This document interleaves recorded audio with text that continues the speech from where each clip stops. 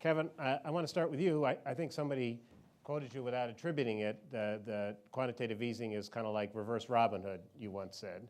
So what I've heard this morning is a whole bunch of people saying, maybe quantitative easing doesn't have the effect on inequality that a lot of us thought when we just thought about this crudely as lifting stock prices. But where do you think it did? And so defend your position. Sure. So thank you, and thank you for having me here. I appreciate my security blanket and Don for being with me. Don sat next to me at the Fed for 5.5 years. So to the extent we disagree, I'm sure he's right. He used to pass me a note, but now with Susan here, it's going to be more difficult. So I'll begin, I think, by just trying to frame David's question. That David and Brookings called together this conference, I think, says that distributional consequences matter to the conduct of public policy. And we central bank types, some of whom were supportive of QE at different phases, some of whom weren't, should not be defensive about this question. And the idea that distributional consequences should be sort of somehow beneath us central bankers, and we wouldn't talk about it, is wrong. We talk about the efficiency and efficacy of any policy, fiscal policy, monetary policy, et cetera. We also talk about the distributional consequences. David, if someone rolls out a new fiscal policy, a new tax reform plan, the front pages of all the newspapers will say, well, who are the winners and who are the losers? So I give you and Brookings enormous credit saying this matters, and we shouldn't sort of treat it as somehow not right for central banks to take it into consideration. At the end of the day, we should all be very modest about our conclusions, both from Josh's paper, which I thought was terrific, and my own judgments on this. Quantitative easing was created by Don and others and myself, including me in the depths of the crisis, and I was a huge supporter of QE1. Ended up being quite a bit of a different view by the time of QE2 and beyond. But it was created to deal with a certain problem that was in the markets. And I would say that it has become such a long-lived product and is a product now that is used by virtually every central bank around the world, tells us that even if our judgment on the risk-reward in the depths of the crisis were one thing, we should be thinking about it in a different context now. As a first approximation, I do think what we did was radical or new or novel and unprecedented, so none of us should think that we've got the answers on it. However, it does strike me as though quantitative easing is fundamentally different than cutting interest rates, and that it appears to be working through fundamentally different transmission channels. No longer credit channels and lending channels appear to be the dominant way in which it impacts the economy. It appears much more to be working itself through asset prices, whether you think about housing stocks or financial stocks. I think that is the dominant channel. And as a first approximation, if 3/4 of our fellow citizens get 96% of their income from labor income, it strikes me we ought not be dismissive in saying, oh, everybody wins. We talk about trickle-down economics in the conduct of fiscal policy, and we should ask ourselves, as Brookings is today, what are the impacts here? At the end of the day, my view is because the asset transmission channel is the dominant channel, and because those assets are held not so much or in and of itself by rich people, but it's held by people with big balance sheets, a lot of sophistication, an openness to liquidity, a sophistication about what central banks are trying to target, and a view that they have liquidity, so that they would react differently versus those that are at lower quintiles of income strikes me as something that is quite plausible. And when I look at the wealth creation across the financial asset world post-crisis, I view that wealth creation as being significantly above what my former colleagues predicted. When I look at what they expected in the real economy, I look at the real economic performance as markedly worse than they predicted. And so that's what I think raises these questions, makes them absolutely germane to today's discussion. And I very much do worry, as I'm sure many of the people in this room do, that we've created a product not with bad intent. We've created a product that may or may not turn out to be counterproductive. We are in the middle of this experiment as we are now, but where the gains have been extracted by the most well-to-do, by the most sophisticated, who see that the central banks are, to one degree or another, trying to get asset prices up to drag up the real economy. they get the joke. They have been willing to play the game. And it does strike me as though we have to think about not just the efficacy of these programs, but really who are the winners and the losers. And because we are in the middle innings of this game, it reminds me, David, a little bit when you came to visit Don and me and you were doing a book on Bear Stearns and the financial crisis was among us. It was hard to judge the prudence of any individual decision. Having this discussion now is great, but I think neither Josh nor I nor Don want to give you definitive answers. Don, definitive answer? I agree with the last part of what Kevin said. And I agree with the first part. I think this is a good discussion to have. I do not think that the Federal Reserve should target particular income distributions. The Fed has been given jobs by Congress, maximum employment, stable prices, and financial stability as part of it. And there are certainly intersections between what the Fed's done and those things. And the distribution of income affects the channels by which these things, as Kevin was noting, can be effective. But I think it would be wrong for the Federal Reserve to say, we are going to steer away from our maximum employment stable price target or take longer to get there because we think getting there as rapidly as we can will have effects on income or wealth distribution that are adverse. Those are decisions for Congress to make through taxes and transfers, not for the Fed to make. I thought today's discussion was really good and really interesting because, and this goes to the last point Kevin made, because it really illuminated the channels that were working and that weren't working in order to make monetary policy effective. And the Fed needs to understand that so it can make a determination about how much monetary policy it needs to do to hit its primary goals, to get aggregate demand up to aggregate supply and to keep prices at its objective. And it might inform a conversation between, this is Josh's point, between the Federal Reserve and the Congress. So if the Federal Reserve said, here's what we're doing, and it's having these effects on income distribution, and it's up to you, the Congress, whether you're comfortable with this, and there are other ways of approaching this, and you might want to use fiscal policy, as Josh was discussing. That conversation never occurred. In fact, the people who are uncomfortable with quantitative easing often said it relieved the Congress. They didn't like the quote moral hazard because they said it would cause the Congress not to tighten as much as it should. So in fact, the people opposed to quantitative easing were saying we want less quantitative easing and more fiscal restraint, which I think would have been a disaster for the U.S. economy. Susan, so Kevin made a couple of interesting assertions. One of them was that asset purchases quantitative easing is fundamentally different from lowering short-term interest rates. Do you agree with that? Well, for that to be true, you have to believe in the wealth effect on consumption.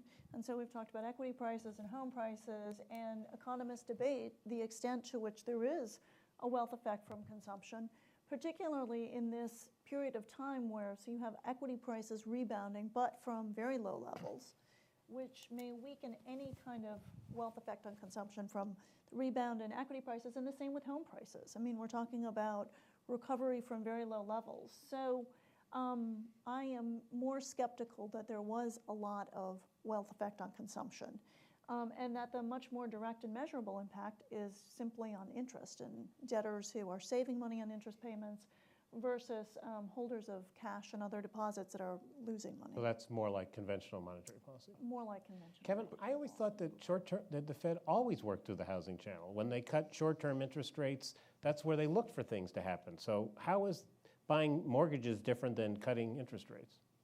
So I'll answer that two ways. First, in order of magnitude, what the Fed has done during this cycle makes our predecessors look like pikers.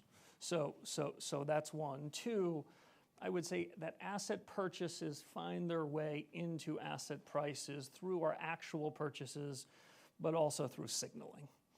And I think that the Federal Reserve in the depths of the crisis and to this day remained aggressive in quantitative easing is a signal to sophisticated financial markets that asset prices are more than ever the predominant channel through which policy will find its way into the real economy. Did, in the old days, the good old days pre-2007, did the Fed believe that by changing short-term rates they would have an impact at the long end of the curve, that would find its way into asset prices? You bet. But if you take what central bankers here in the US take seriously about the problems of the zero lower bound, in so doing, what they are really saying is that this is a step change in our reaction function. We're trying a new tool. It isn't easy, and we're not sure of the transmission mechanisms. And my judgment is that, is the Fed data dependent as they're thinking about policies? You bet.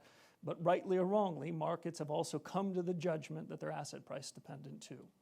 John, you can respond to anything you want, but let me offer one thing. So Kevin had this very clever observation that the real economy has done worse than the Fed had hoped, and asset prices have done better than the Fed had expected, QED.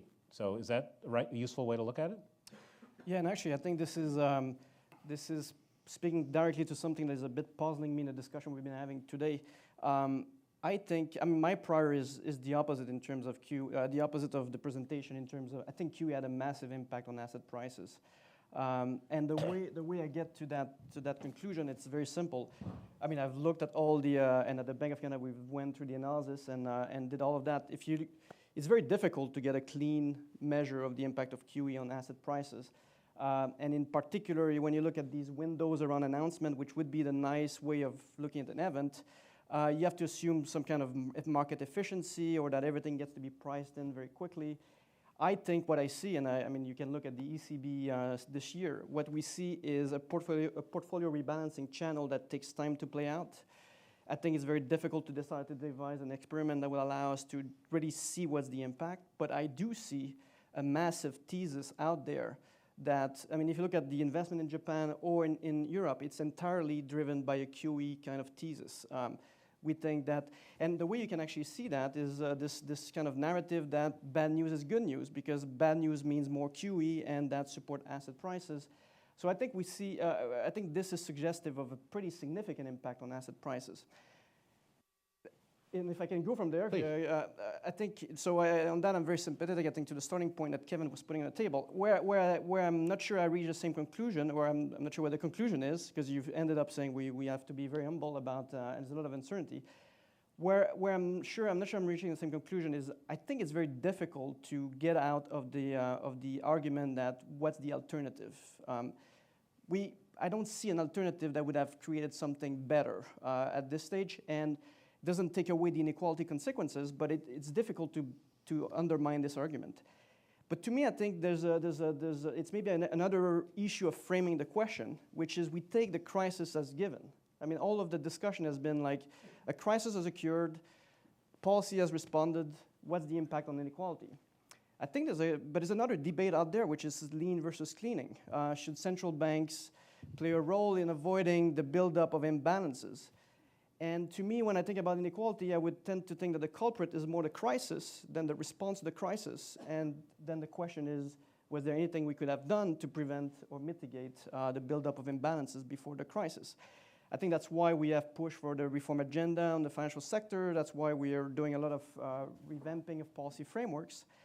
I think one question that I don't think we have completely grasped is the extent to which monetary policy in the phase prior to the crisis is actually might have something to do with that. And that might be where there's a bigger question about inequality for monetary policy than the response after the fact. You want to respond to that, Don? So that's a very legitimate question. My personal preference would be to keep the Fed focused on maximum employment, stable prices, their inflation target, and use other tools to deal with the buildup of imbalances, if at all possible. And one of the tools that occurred to me as I was listening, particularly to the regional thing, was LTVs. So one of the lessons of the regional paper was that the easing of monetary policy has been less successful. The shortfall on demand comes in part because the transfer from lenders to borrowers, from low MPC to high MPC spenders has been short-circuited or cut off or less effective because of people were underwater on their mortgages. By the same token, I think part of the buildup into the crisis was a leverage buildup in the household as well as the financial sector. And wouldn't it make monetary policy more effective as well as help financial stability if, as these asset prices, the house prices were rising, regulated, LTVs were regulated and they came down? Loan-to-value ratios. Loan-to-value ratios for mortgages. And then as house prices fell, they would allow, first of all, people would have more equity. They could use the lower rates, and you might allow even higher loan-to-value ratios. So it struck me that these guys had come up with another reason for using loan-to-value ratios as a counter-cyclical tool. And that's not currently in the Fed. No. Susan, you look like you wanted to say something.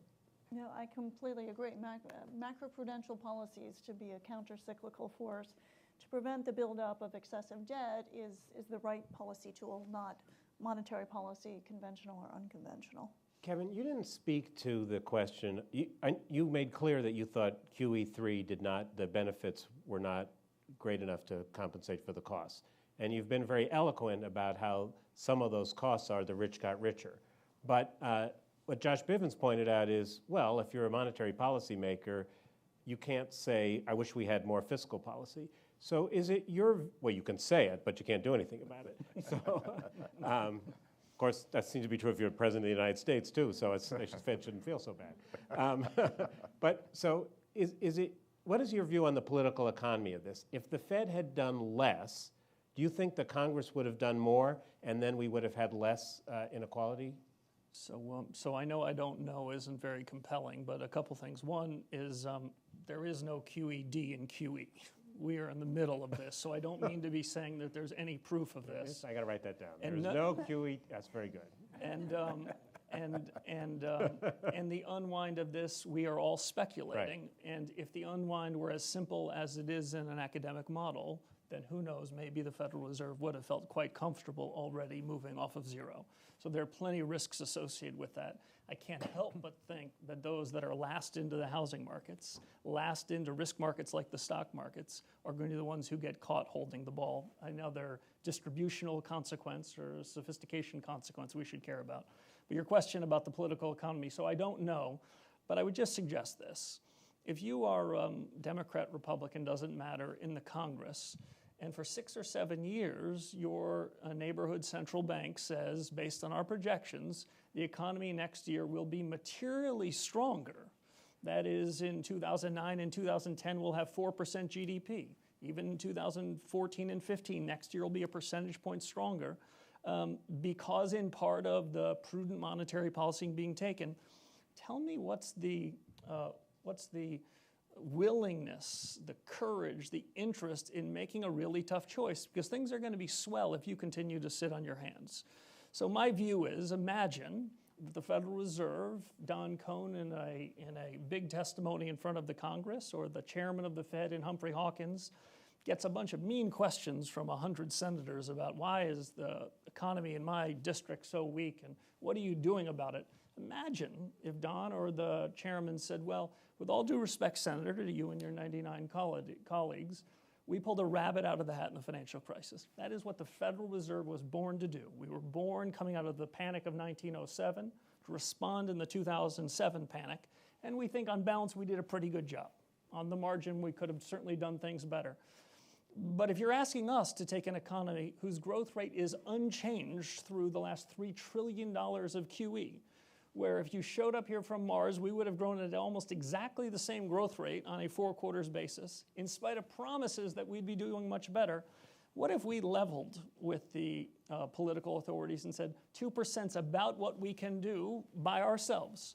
And if you want this economy to be growing at historic trend, if you want this economy to be growing at 3% plus, there is preciously little your central bank can do. Now, if there's a shock to this economy, we remain a powerful group, and there are things we could come up with. But to get to the next level of growth, we need you. So when I come back in front of this committee 6 months from now, you would say, as your Humphrey Hawkins testimony, if the economy is not better, let me be clear whose responsibility that is. I think that's a very different dynamic. I don't know what the results will be in the political climate, but if the central banks continue to overpromise and underdeliver, there will not be a burden on our elected representatives. And I just as soon, having taken the burden on ourselves in the depths of the crisis, as we were born to do, that we try to share the burden come 2015, 7.5 years later. So you want me to believe that members of Congress looked at the Fed forecast and decided they didn't need to do something, and that was the factor in the sequester and all that? So let me start again with, I don't know. Okay, good answer. But I do think on balance that the central bank and the OMB and the Congressional Budget Office and the World Bank and the IMF said we were always a few quarters away from escape velocity, on balance makes politicians, not all but some, unwilling to sort of sign up for a very tough choice where there's going to be winners and losers in tough constituencies. This is not to suggest, as some of my friends would, that there's no role for central banks. There's a powerful role for central banks, but the central bank role, it strikes me, and this might be unpopular in the room, is a powerful role, but it's a narrow central bank. And it's a central bank that shows its wings and panics, but in benign times, after 7 years of chronically missing its forecasts, maybe a little burden sharing would be in order. And if the politicians take us up on it, that would be a wonderful thing. And if they don't, it would still be a good thing. Because the truth is, when I joined the Federal Reserve around the time that Chairman Bernanke did, and Don had been there for a long time, when all of us new folks showed up, the central bank had a lot of institutional credibility. It had nothing to do with us. And I worry about overpromising. I worry that we can single-handedly do this by ourselves. And I just assume we try to crowd in some other good policies, and you're right, it might not work. John, how does this look to you from outside the United States? I think it's very difficult to get this coordination right. I mean, we've been spending quite a bit of time at the G20 table discussing what the world needs to get out of this, and 2013 was a U.S. story in an important part in terms of uncertainty around the politics on the fiscal side, and I think it's a valid question to ask if, as a result, the central bank hasn't been overburdened and had to be going deeper into some of these unconventional policies as a result of that. So I think it is a valid question about what's the right policy mix. At the same time, how you get this coordination in a world where I truly believe that central banks should be independent. So you need to get this kind of a outcome-driven kind of coordination, and I can see why politics would trump that in the short term, and even more for the short term for a significant amount of time. Yeah. It's interesting that the Bank of Japan tried Kevin's approach, right, for 5 years. They lectured the rest of the government about what they needed to do, both on the supply and demand side of the Japanese economy, ended up with a new government and a new program that was part of the new government. So that doesn't mean it wouldn't have worked in the United States, but it didn't seem to work in Japan. They had to turn the central bank and the government over and embark on a new set of policies.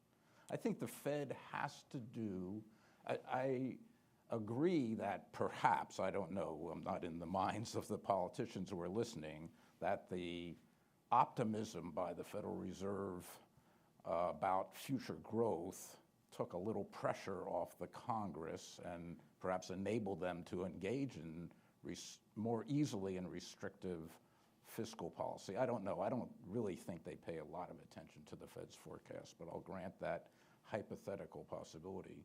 But I do think the Fed needs to do everything in its power to hit the goals that the Congress gave to it. That's what it's supposed to do in a democratic society.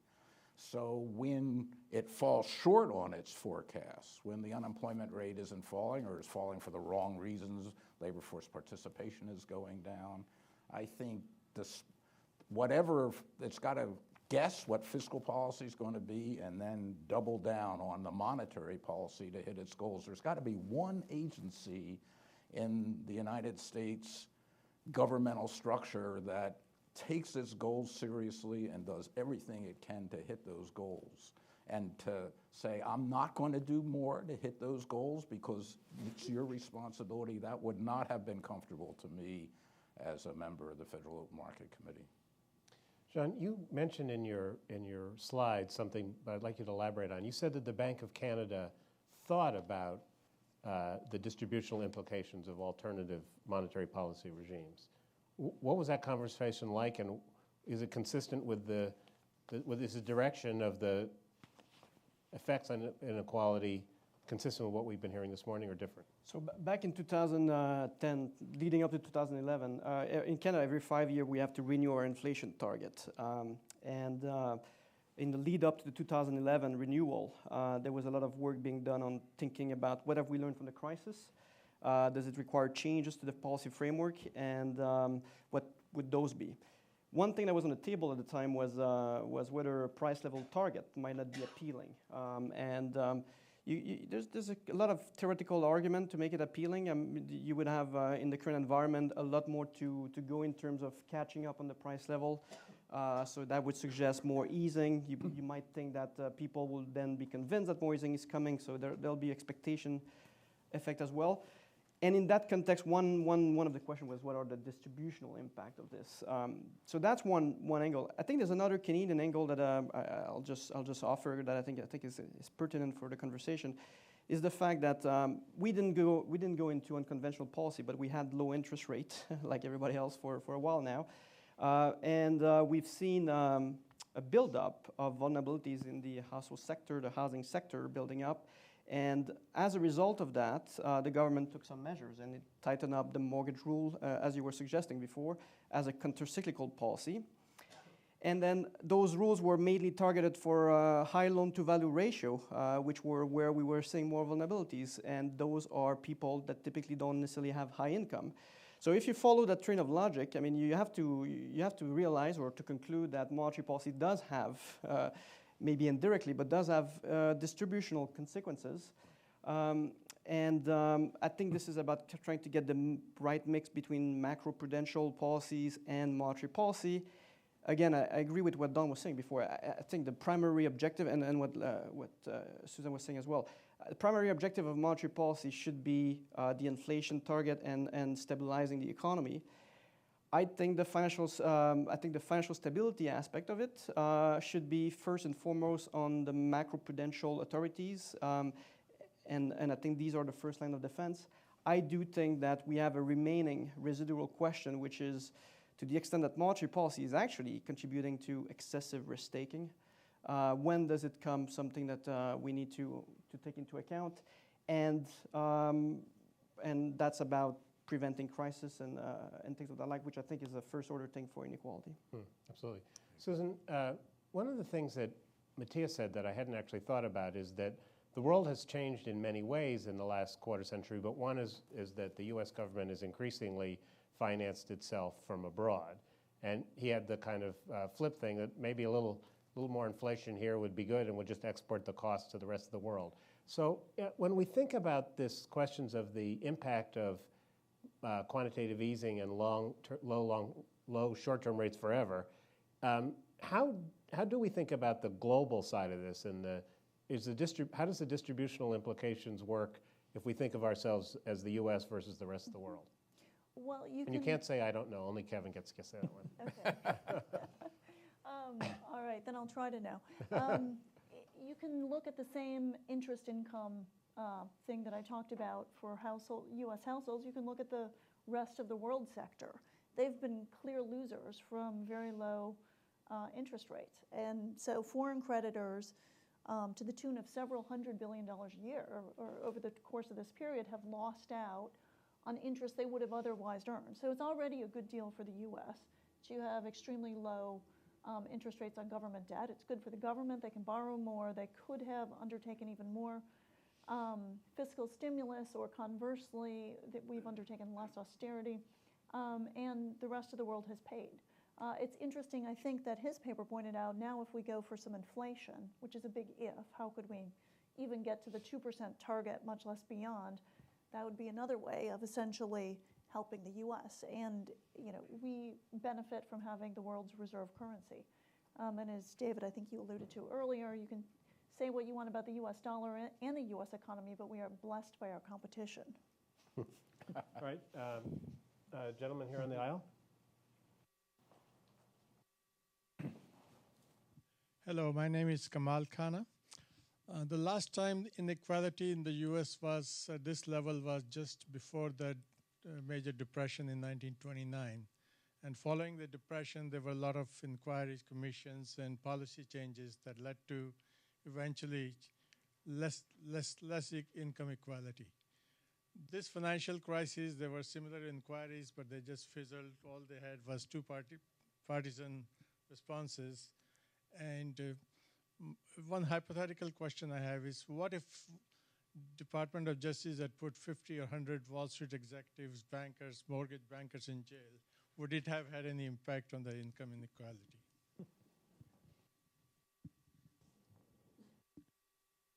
I'll answer it, because they don't have the guts. I think it might have had a big impact on the political economy of the thing, but it wouldn't have had much impact on income inequality.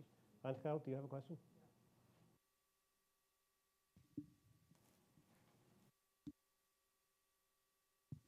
Thank you. So for those who think that QE and Tell them who you are. Sorry, Angel Ubide from the Peterson Institute.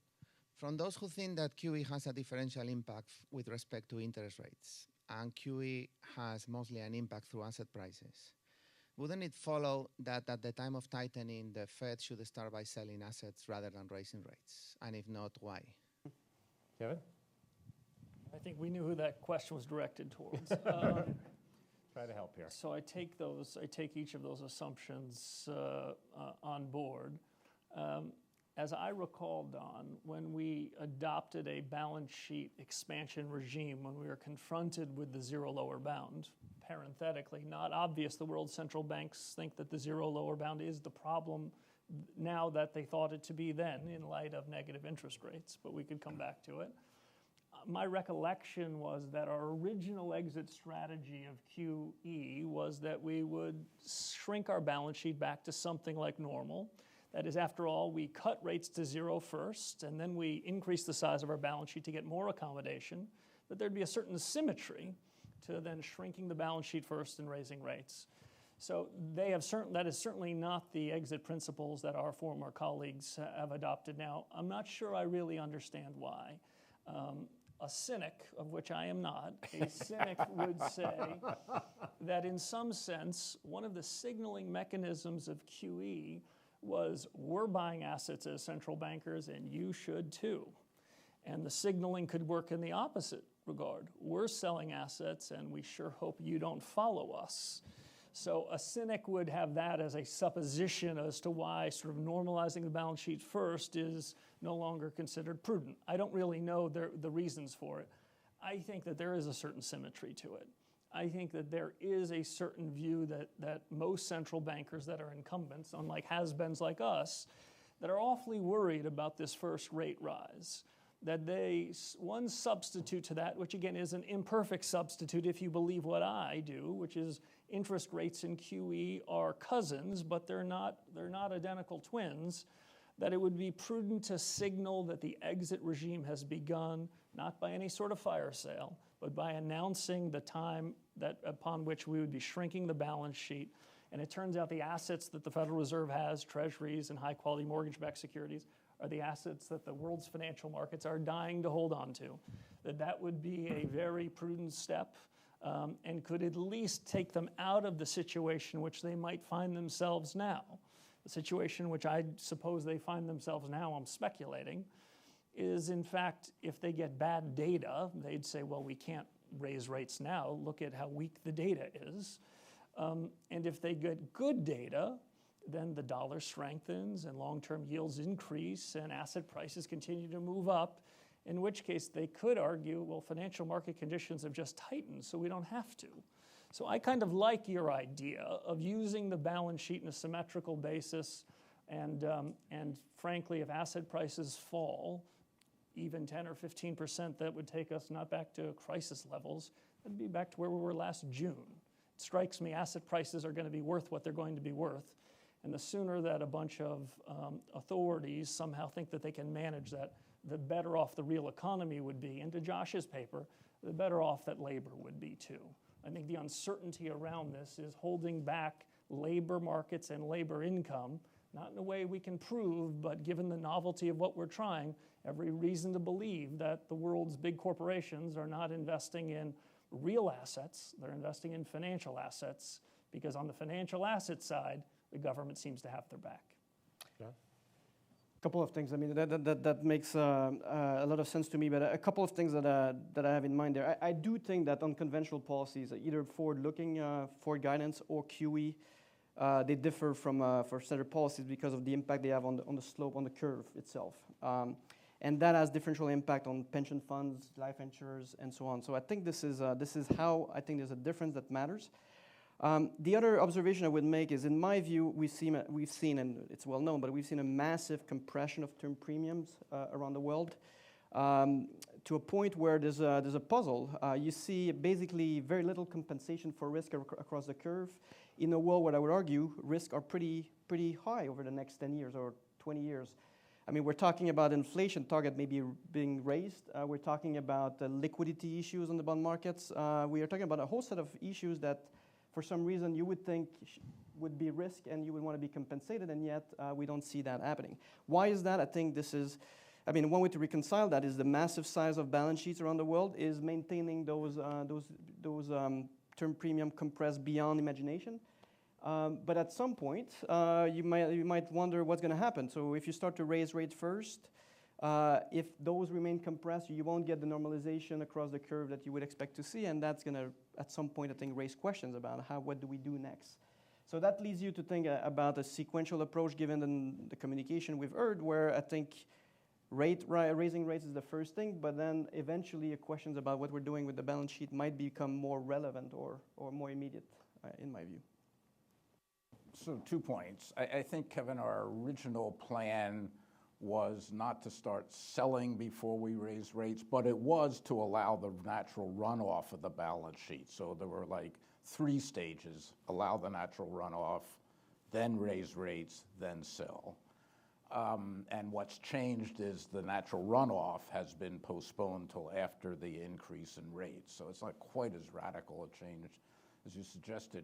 And I think there's a decent reason for that. I mean, we can discuss and differ on it, but there is a desire to get the federal funds rate up, in part to have space to lower it if bad things happen. Because you might plan on, obviously you wouldn't raise the rate unless you thought the economy was on solid footing and things would progress naturally, but we know we live in an uncertain world in which bad things can happen. Now, if you're selling off that portfolio, the Fed funds rate is still at 0 or 10 basis points or whatever, right? Now something bad happens, not anything you did, not anything that might be external to the United States, a deep recession in Asia, for example. In order to stimulate the US economy and insulate it from those bad influences, you would need to resume purchasing securities. That would be very difficult, and there are lots of people out there that would, both in the political and the economic sphere, that would resist it. So I think you do need, before you run down your portfolio, you need to get some space to guard against things you don't anticipate. And so it makes sense to me. Andy? The mic's coming. I'll be You look like you're in pain over there. I'll be briefer than I was originally planning, since it's 12:30. Reading the papers for this conference. And just to come back to a point that Don made, that connects actually to the session you had with Larry Summers a few months ago. So let's suppose that QE at the zero bound has crucial political elements to it, that it has real income distributional consequences. That could be an argument that would strengthen the case that Larry Summers made. There really isn't any fundamental reason why you couldn't delegate that responsibility to the Treasury, that they would do purchases and sales of longer-term Treasury securities and MBS. Or alternatively, you could change the Federal Reserve Act and say, if the Federal Reserve is constrained by the zero bound and it needs to do large-scale asset purchases, that in doing so, it should consider the income inequality. I don't think over time that the public broadly is going to be willing to accept the argument that Don made, which is to say, oh, it's just not part of our mandate. Well, I think then in that case, the mandate probably needs to change. You think the mandate should be changed to make inequality part of their I think in agreement? the decisions. Unelected, independent policymakers have responsibility for income distribution? Okay, so we're just recognizing. Well, he forgot the part where he wants the Federal Open Market Committee to be popularly elected. No, the point here is that if we agree, and I think the papers this morning, I thought, made a fairly strong case that there are some implications of QE at the zero bound for income inequality. Those are not trivial. Okay, then I think there's only two solutions. One of them is move that responsibility to the Treasury so that the Secretary of the Treasury works with the President of the United States and reports to Congress and makes political decisions, as they do on many other things. Or leave it with the Fed and adjust the mandate at the zero bound. But anyway, maybe there's a third option, but it seems to me that this is, again, just tying back to the kind of issues that Larry Summers raised, which I think are very closely connected to today's discussion. Just so people know, you're talking about Larry Summers talking about the relationship between Treasury debt management and the Federal Reserve, where the Federal Reserve was taking duration out of the market and the Treasury was putting back in, and Larry suggested that was somewhere between idiocy and lunacy, in the usual diplomatic fashion of Larry Summers. Do any of the authors want to weigh in here? Please, Josh. I'll try to be quick. I mean, I'll say, so in the short term, I'm clearly an extreme pessimist on if the Fed had pulled back fiscal policy. I just don't think they would have stepped in. I do totally agree that over the long run, we need to rebalance how we approach macro stabilization and give a bigger role for fiscal policy. I think we've trained a generation of policymakers that the Fed's control over short-term interest rates is all you need and everyone else can just rely on them, and I think that's a huge problem. And then just one other quick thing. It is true that if you look at sort of asset markets right now, they look a lot healthier, I'd argue, than, say, the labor market and other parts of the real economy. Part of that, I think, is still just a function of how early we are in the economic recovery, not in time. It's been a long time, 2000. But just if you look across economic recoveries, early recoveries see a big increase in the profit share, and you see that. Corporate profitability is off the charts, and it's only in 2014 that increase in the profit share in the non-financial corporate sector has actually started to moderate, and the labor share is clawing back. And so, I hate to sound like an optimist here, but give it a little time. I think we actually will, if we allow the recovery to continue as it's going. Assuming the first quarter data is a blip, hopefully, we actually will see some of that clawback. And so part of that is the recovery is really early in a broader sense, not just time sense. But to that point, I think this is also a reason why I think there's been an impact of QE on asset prices. But I think you're right. I mean, this recovery has been unusually weak. It's in line with post-financial crisis type recoveries. And yet the S&P is 60%. The S&P has not only recovered the whole, it's 60% above the pre-recession peak. 60%? 60%, and we have so that's what we've. The way I think about it is we've made massive progress on the financial cycle side, ahead of the economic cycle, and that begs questions as to what's next after. I mean, I think you're right. I mean, we are early in the stage of the economic recovery. I think we've made quite a bit more progress on the financial recovery. I think that could be evidence of QE having an impact on that side, not on the real side, but on the financial side.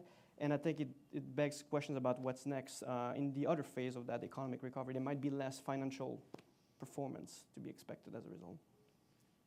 Kevin? So the one entity, so I agree with a lot of what Josh said. I think the one entity that has, in some sense, in front of them as we speak in 2015, this choice between investing in financial assets and real assets are corporate CEOs. That is the S&P 500.